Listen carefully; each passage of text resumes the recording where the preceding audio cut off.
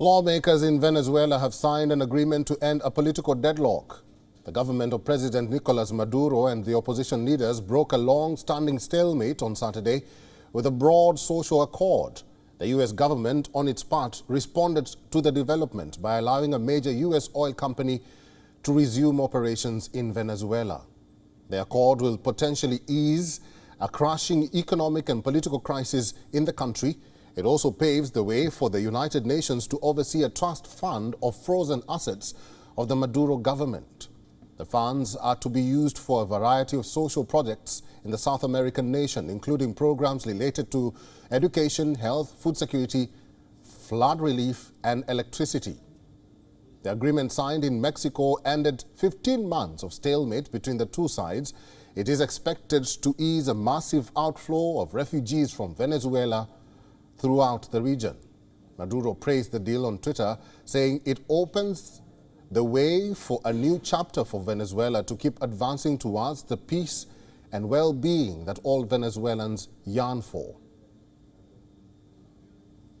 Con mucha esperanza y mucha fuerza para ir ahora a la agenda que corresponde a la producción de las condiciones que puedan realizarse o convenirse, mejor dicho, y que puedan garantizarle elecciones libres a los venezolanos, que puedan garantizarle condiciones en las cuales la alternabilidad en el poder pueda materializarse con el respeto al voto, y también vamos a buscar en toda esta negociación el respeto a los derechos políticos, el respeto a los derechos humanos. The U.S. Treasury Department says the accord marks important steps in the right direction to restore democracy in Venezuela. It further issued a license to Chevron Corporation to resume limited oil extraction operations in Venezuela. The license will remain in effect for 6 months while the Biden administration assesses whether the Maduro government meets commitments made in the accord. The relaxation of curbs on Chevron's operations in Venezuela, which has the world's largest oil reserves, would allow the nation to move towards re-entering global oil markets. International efforts to resolve the Venezuelan crisis have gained strength since Russia's invasion of Ukraine and the pressure it has placed on global energy supplies.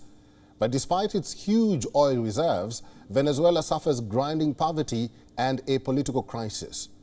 The turmoil has led a United Nations estimated 7 million Venezuelans to flee the country in recent years. Food, medicine, and such basics as soap and toilet paper are often in short supply. However, Saturday's accord made no headway on a critical issue of how to move ahead towards presidential elections scheduled for the year 2024. Venezuela's political crisis has worsened since Maduro declared himself victor of contested 2018 elections. The elections were widely seen as fraudulent and generated widespread street protests. After the contested 2018 elections, almost 60 countries, including the United States, recognized opposition leader Juan Guaido as acting president.